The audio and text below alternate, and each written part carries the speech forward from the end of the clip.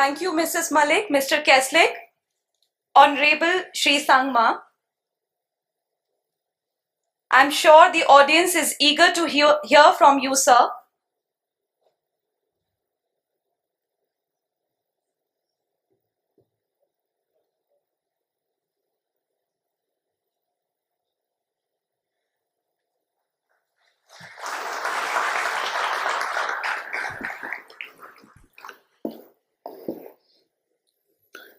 I swear I did not write that introduction note,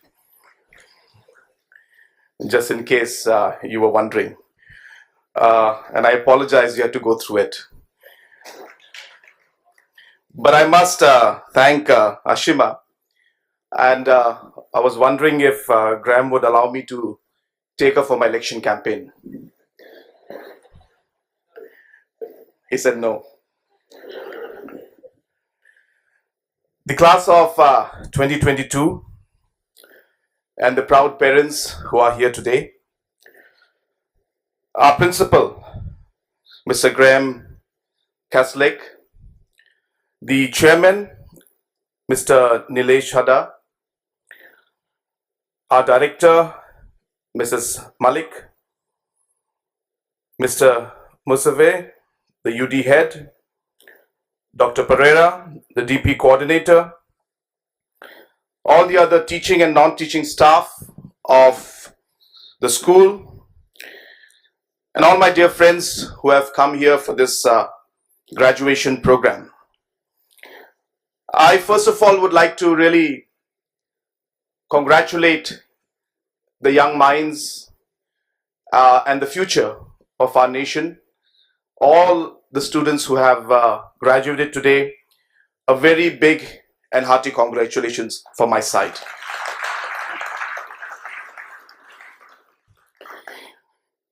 You know, as political leaders, we get a very long speech, written. It's almost about 10 pages. But I always tell people that it's best when you speak from the heart. And I've always believed that to really connect with the citizens of the country, especially the young minds, you need to speak from your heart and what you believe in. And I tell you, it sounds very cheesy, but it's true that whenever I go to speak on any platform, there are 5 words that I tell myself. And I say, God, please speak through me. So that's something that I've always believed in. And I always want to connect with the youngsters especially.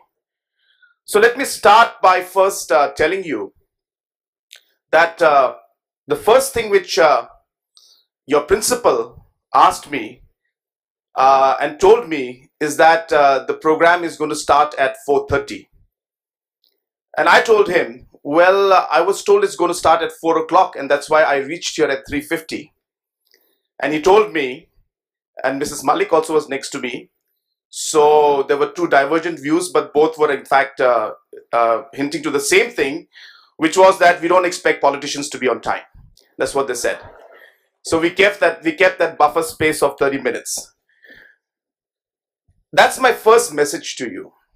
And I swear I can tell you this, and you have to believe me, and you can ask my people if you don't believe me. I'm always on time. As a politician,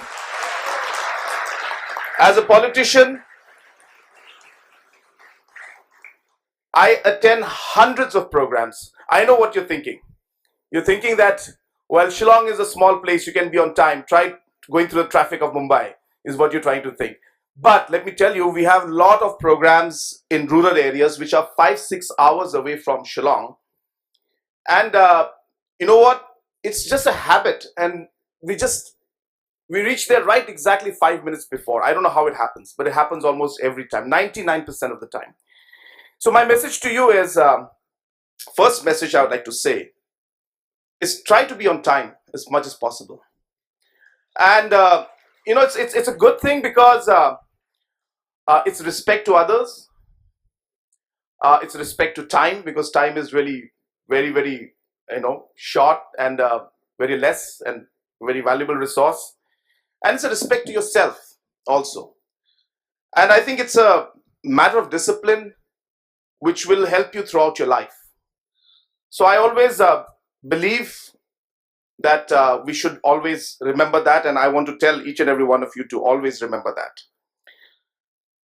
that. Second thing I want to again share is what your principal again shared with me. And while we were just walking into the hall, he kind of asked me, what drives you? What is it that makes you do things? And I was quite happy to know that the same thing drives him, what drives me. And that is, I told him that, I don't know, I'm in politics in fact, since I was 12 years old. I've been working and meeting people and connecting with people. And I said, what drives me really is a very simple concept, which is to make a positive difference in an individual's life. It's a very long sentence, I know, but that's what drives me. And what I mean by that is, if there is a person sitting outside my house at 2 a.m. in the morning, and if I know that I'm Chief Minister of the state and I can actually make a difference in her or his life, just by getting out of the car and just speaking to them person for 5 minutes, well, that's what drives me. So even if I am not able to, solve everything, and I may be very tired because I've worked the whole day and traveled a lot, but every time I get that sense inside me of trying to do something for whoever I can, make a positive difference, I try to do it. What I'm trying to tell you is, you need to find out what drives you. You need to figure out what's going to drive you. Because without that, nothing's going to work. So you better make sure that while you move forward in life, and this is a very crucial and important part for you, you need to figure out what is it that makes you go that extra step and extra mile. And that's going to be so important as you move in life ahead. So figure out what's your passion, what's your purpose, and move forward is what I want to tell each and every one of you. I also tell people that the reason I like to spend some time connecting with all of you is because of one very simple conversation I had once with one professor in Sydney University. Almost about 6 years back, I was elected to Parliament for a short term, and in between I had to go to the state as a Chief Minister. But during that short phase, I had a chance to be in the Lok Sabha. And while I was speaking to this professor, he told me, you know what, he asked me, what do you think is the strength of India? So I told him the strength of India is its youth. And then he asked me, well, what do you think is the challenge for India? I said, that also is the youth. And the reason it's like that is because youth is a ball of energy. And it's such a force that can change India for the good or for the bad. And it can be good for us if we can actually channelize it for the right purpose. And if we can't channelize it, then it's going to destroy India as well as the whole world. That's how powerful the youth is. So that's why I told everyone that I believe that it's the government and the society's and the community's responsibility to ensure that we create the ecosystem, we create the policies, we create the infrastructure to allow the youth to be able to go in the right direction. And that, I think, is going to be the biggest game changer for this nation. And that's the reason why I always communicate and try to speak. Madam Ashima had spoken about my youth policy. I don't want to repeat what she said, but definitely I can tell you that the youth has been the major focal point for me in terms of the policies that we created, whether it's for entrepreneurship, whether it's for music. Our people from Northeast are quite good in music. And you'll be surprised to know that there was no program from the government side to ever promote them and ever push them. So we started realizing that while the musicians are there, they are musicians. The only way to be able to take them forward is to allow the entrepreneurs to connect with them. Because a musician is just a musician. He can't do anything if he doesn't have the sound guy. He can't do anything if he doesn't have the guy who organizes the concert. If he doesn't have anybody to sell the tickets. If he doesn't have somebody to record his music and be the studio owner. So you need to be able to connect these dots for a musician to be able to really create that opportunity for the talented youth to be able to take it forward. So we tried in our state, and we're still trying and working to ensure that we create the connect between the entrepreneurship, between the different stakeholders and the musicians that are there. Just giving an example that it is so important for all the states to realize that we need to create that ecosystem for the youth to be able to channelize their energy. And that's what I believe in. And I was very happy when I was going through the report of the school that the kind of focus that's there on different activities is something that's really inspiring, and really something that is in the same direction which I personally believe in. Another thing which I want to share with you, and I share this very, very often, is that I tell people that the most powerful letter in the alphabets, I keep asking people which letter is the most powerful letter. And I want to tell you that the most powerful letter is the letter P. Not because power starts with P, but P is the most powerful letter. And I'll tell you why. And I'm a really, really strong believer in this. And this has come because of my late father, by the way, whose name also was with P. P stands for purpose. I think without that, there's nothing. P also stands for passion, which will drive your purpose. P also stands for prayer. I know that some of youngsters, though in your hearts you believe this, but you may not want to always hear, but prayer is something you will realize as you go along, that there is a divine power that will always be there.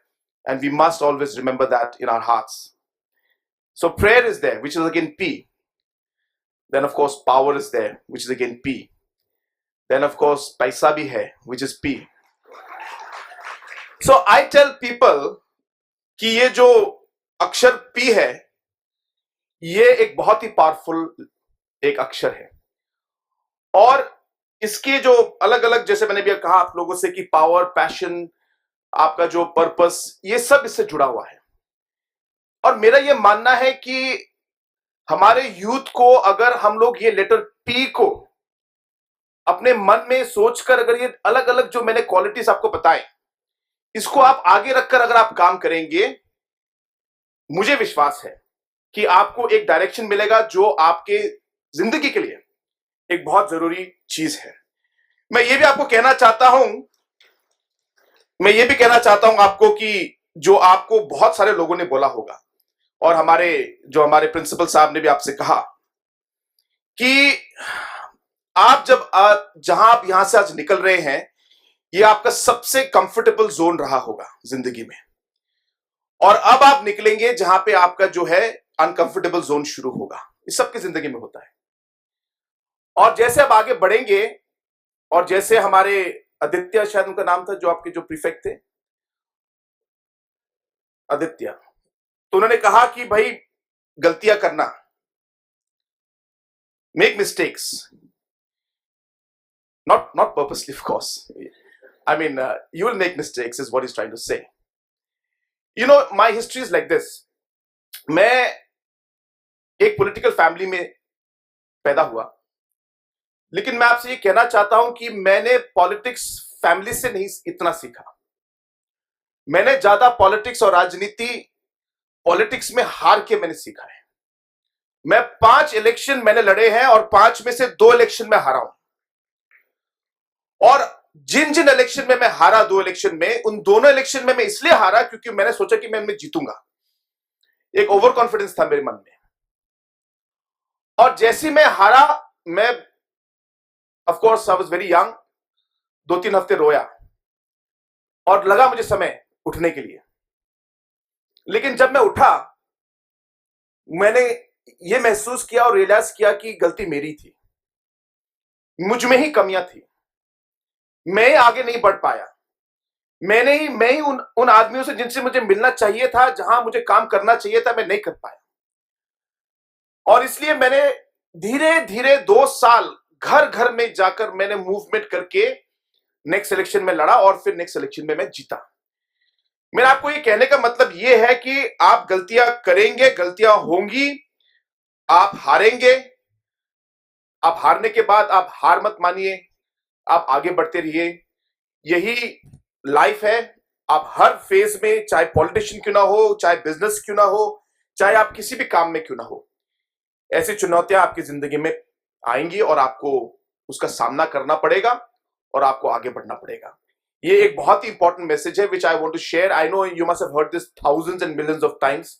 I'm not the first one to tell you this, but I am telling you that I have also gone through it and I've experienced it and I've realized it, and I want to share with you and tell you that it is true. And you'll always learn from your mistakes, but never let it bring you down. But let me tell you the contrary side of it also, is that sometimes success also gets to your head. So I know that you have been coming out of the best schools in Mumbai and in the country, and obviously you're the brightest that the city has seen and the country has seen. But let it not get to your head. Remember that humility in life will take you a long way. आपके पांव आपको जमीन में रखने जरूरी है. You need to remember that no matter how intelligent or how smart or how successful you can be or you may be in life, never let it get to your head. I'll tell you, I was a very different person when I was growing up. And when I started losing and started getting beaten up left, right, and center, I started realizing that I'm just a normal person. And I think it's important that you keep that in your mind and in your heart as you go along. So enough of the lecture. I think none of you want to listen to this anymore. So I just want to conclude by saying one very, very simple thing, that while you now step into the next phase of your life, which will be the first challenging phase of your life. I'm not saying that it was not challenging before, it was, but the real challenges will start now. Keep yourself grounded. It's very important. Keep yourself grounded. See the big picture. Don't be worried about the noise that's going around you. I am in politics. And you know what happens in politics, right? अगर बारिश हुई तभी भी मेरी गलती है, बारिश नहीं भी हुई तभी मेरी गलती है, राइट? क्योंकि मैं मुख्यमंत्री हूं तो सब चीज ही मेरी गलती है. तो ये राजनीति है. तो जिंदगी में आपको बहुत सारे ऐसे सिचुएशंस होंगे जहां पे आपको बहुत नॉइज मिलेगा. Try to filter out the noise if you can. That'll help you a lot, trust me. Try to focus on the things that matter. Try to focus on what really, as principal said, what you believe in. I was listening to his speech. He has given you a lot of guidance. I'm sure he has been very, very influential in all your works and what you have become today. And his message today also was very great. And I also believe in the same thing. So try to be focused on what you believe in and try to cut off the noise and to see the larger picture always. And as you move along, life is going to be very fast for you. Try not to forget the teachers who have, I know you gave a very good speech today, but let it not just be a speech. Let it be truly meaning and coming out from your heart. The people who have helped you, the people who have brought you to this level, especially your parents, especially your friends. In the fast moving world, we normally tend to forget. And you will see it, you will realize that. I'm sure most of the parents who are sitting behind, they will share the same opinion with me. It happens. But try, if you can, not to forget that. And remember to always contribute to your family, to your society, and to the nation in whatever you do, and to the world. So there's a much bigger picture than just your life. You are part of this city, you're part of this nation, you're part of your family, part of the world. Let's try to always ensure that we keep that in our hearts and minds. Once again, I really thank all the organizers for having invited me here today.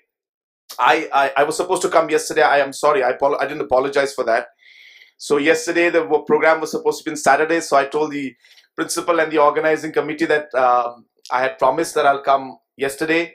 But as you all know, or some of you may know, that the Education Minister of India, Mr. Dharmendra Pradhanji, was in Shillong yesterday, had come for a university convocation. And obviously, as Chief Minister, it was not possible for me to leave the station. So as soon as he left, I took the last flight out to Delhi, and I managed to come here today. So I thank the principal and the organizing committee, and all the students and all the parents for having, you know, not complain about that. So I know you guys are complaining about it. कि Sunday में भी हमको बुला दिया इन लोगों ने. But yeah, it's my fault. It's not the school's fault. But I'm happy that all of you have really accepted it and been part of this great day.